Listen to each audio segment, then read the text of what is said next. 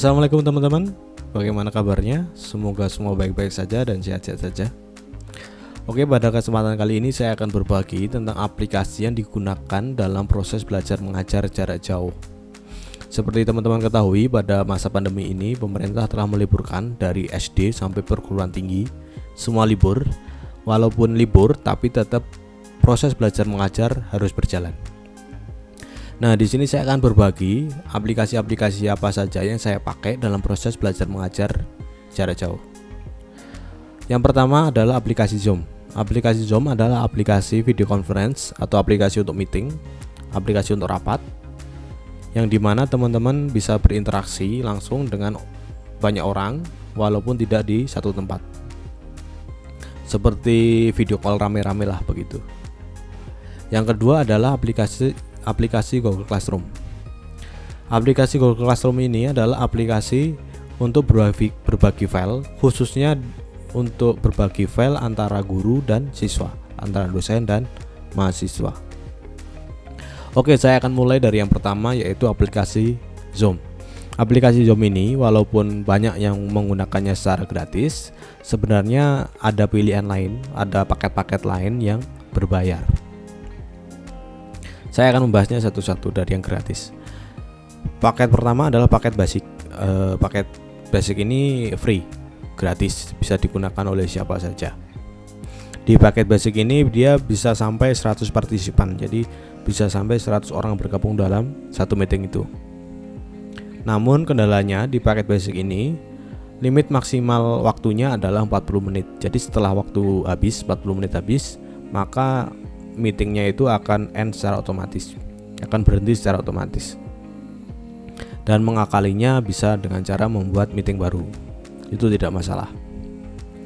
Yang kedua adalah paket Pro. Paket Pro ini harganya $14,99 atau kalau dirupiahkan menjadi Rp225.000 per bulan. Di dalam paket Pro ini partisipannya sama 100, maksimal partisipannya sampai 100. Namun waktu meetingnya sampai 24 jam. Jadi teman-teman bisa meeting sampai 24 jam jika menggunakan paket yang Pro ini. Selain durasi meeting yang panjang, ada beberapa fitur tambahan, misalnya seperti user management, admin fitur control, reporting, custom personal meeting ID, assignment scheduler, dan ada free 1 GB storage ketika teman-teman merecord meeting teman-teman. Paket yang ketiga adalah paket bisnis. Paket bisnis ini lebih tinggi daripada paket yang Pro. Paket bisnis ini bisa sampai 300 partisipan dengan waktu unlimited, dan lebih banyak lagi fitur tambahan yang ada di paket bisnis ini. Misalnya seperti admin dashboard, terus option for a promise development, managed domain, single sign-on, company branding, custom email, LTI integration, dan masih banyak yang lain. Ini harganya tadi adalah $19,99 atau kalau dirupiahkan menjadi 300 ribuan rupiah per bulan. Terus paket yang keempat adalah paket enterprise. Paket enterprise sama harganya dengan paket bisnis, $19,99 atau 300 ribu rupiah per bulan. Namun kalau enterprise ini adalah paket awal, jadi ketika teman-teman mau menambahkan fitur-fitur lain, misalnya partisipannya mau ditambah menjadi 500 atau 1000, teman-teman harus kontak salesnya untuk mendapatkan fitur tersebut. Jadi harganya pun akan ikut naik. Ini untuk paket yang enterprise. Sekarang akan saya langsung tunjukkan bagaimana membuat meeting menggunakan aplikasi Zoom.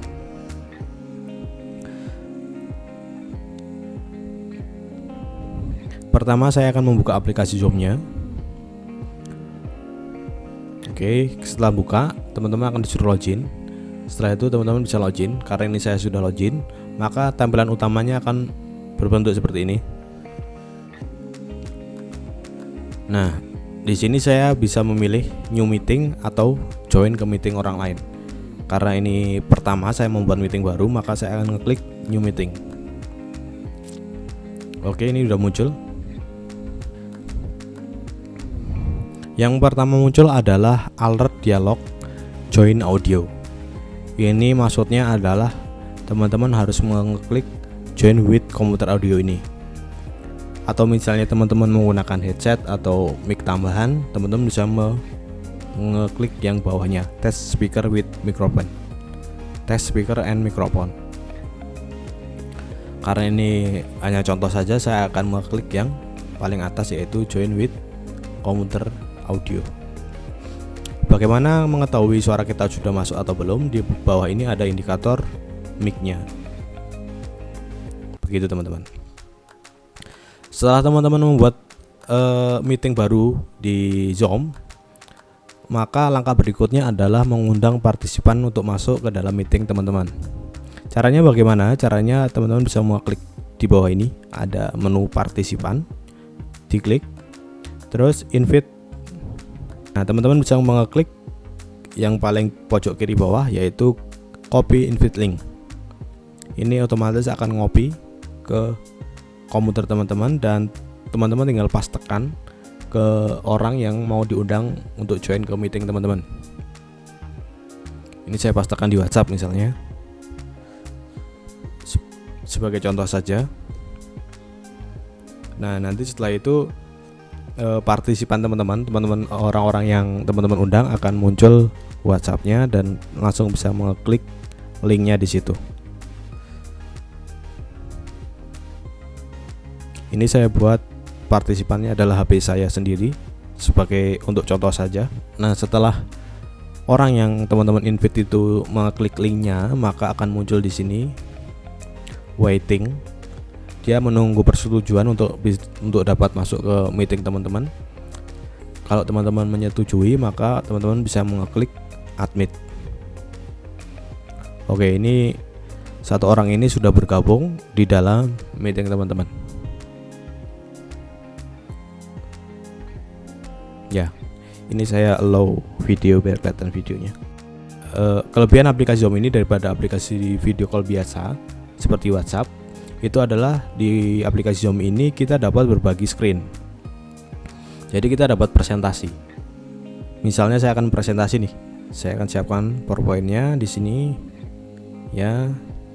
Terus saya akan share screen di aplikasi Zoom. Caranya gini, klik share screen. Klik ini, Microsoft PowerPoint. Nah, ini otomatis di komputer partisipannya akan muncul PowerPoint kita. Oke teman-teman, itu tadi penggunaan aplikasi Zoom. Sangat simpel dan mudah digunakan, dan gratis kalau yang paket yang gratis. Saya rasa sih kalau untuk mengajar sudah cukup yang gratis saja. Jadi 40 menit sambung lagi, 40 menit sambung lagi. Kalau memang 40 menit itu kurang. Tapi pada prakteknya biasanya saya 40 menit itu sudah cukup. Saya lanjutkan dengan mengirimkan tugas ke mahasiswa saya. Oke, aplikasi yang kedua adalah aplikasi Google Classroom.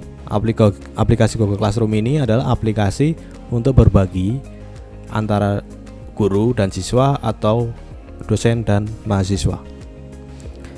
Saya akan langsung cari di sini. Teman-teman bisa langsung cari di sini di Google Classroom.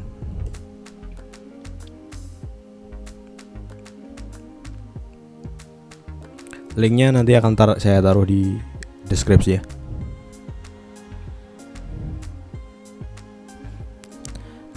Nah, setelah itu teman-teman disuruh login menggunakan Gmail teman-teman.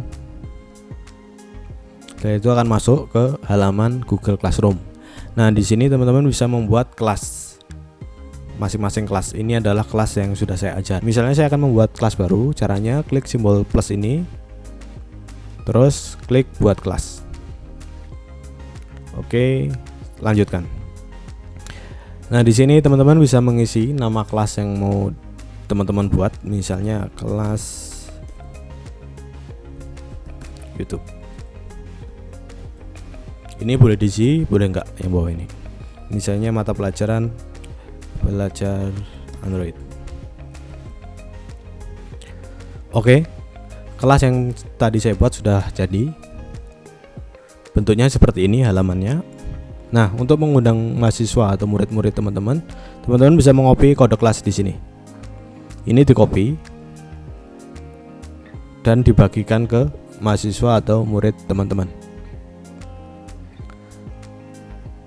Oke teman-teman, di dalam Google Classroom ini teman-teman bisa berbagi materi, tugas, kuis kepada siswa-siswa teman-teman.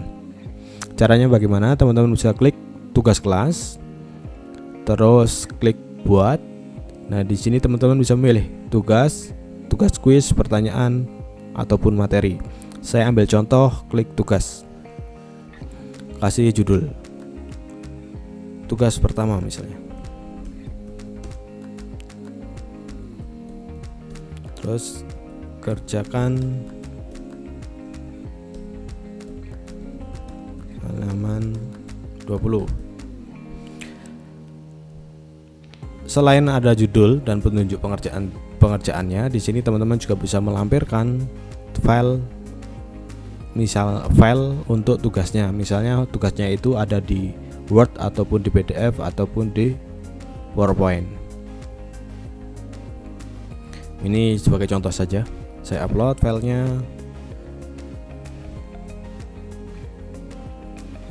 Oke, ini udah berhasil diupload. Setelah itu teman-teman bisa membagi tugas ini untuk siapa. Misalnya ini tadi saya buat kelas untuk kelas YouTube dan juga bisa dibagi ke kelas-kelas yang lain. Tapi ini saya untuk kelas YouTube saja. Terus untuk semua siswa, oke. Nah, ini poin ini digunakan untuk penilaian pada Google Classroom. Misalnya teman-teman udah memplanning pada semester ini akan ada 10 tugas, maka teman-teman bisa mengubah ini jadi 10. Jadi satu tugas nilainya 10. Nanti ketika 10 tugas berarti akan jadi 100. Ini untuk penilaian. Terus selain itu kita bisa set juga di sini adalah tingkat waktu atau waktu terakhir mengumpulkan. Ini kita set 30 misalnya. Oke, sudah. Topiknya boleh diisi boleh tidak. Saya nggak usah ngisi topik aja, langsung saya klik tugaskan. Nah, ini tugas pertama sudah selesai saya buat. Ketika saya tadi menekan tombol tugaskan, otomatis orang-orang yang tergabung dalam kelas YouTube ini akan mendapatkan notifikasi menunjukkan bahwa kalau ada tugas baru masuk. Selain tugas kelas, di sini juga kita bisa memantau anggota siapa saja yang sudah bergabung. Terus kita juga bisa melihat nilainya dari anggota-anggota yang sudah bergabung atau dari siswa-siswa yang sudah bergabung. Sangat simpel teman-teman, aplikasi Google Classroom ini bisa dimanfaatkan semaksimalnya. Saya akan memberikan contoh mahasiswa saya yang sudah mengumpulkan tugas menggunakan Google Classroom. Bagaimana formatnya? Kita lihat. Misalnya tugas ini, misalnya saya lihat tugas array 2 dimensi. Nah, di sini sudah ada infonya bahwa 16 sudah diserahkan dan 12 sudah diberikan. Artinya 16 ini sudah menerima tugas, tapi yang mengumpulkan baru 12 orang. Begitu. Kita bisa klik di sini. Nah, ini teman-teman, kita bisa mengoreksi tugas di sini.